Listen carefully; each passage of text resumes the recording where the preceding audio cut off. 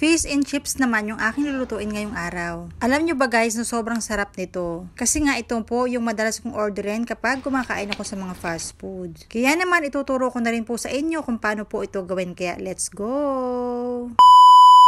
Bali kahapon nakabili ako ng fish fillet sa supermarket. Bali dalawang klase nga po pala ito, dory fish at saka yung tilapia.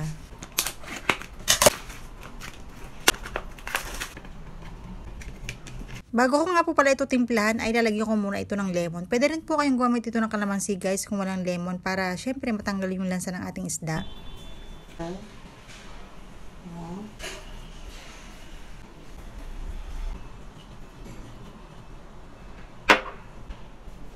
Tubig, ayan. Ayan siya.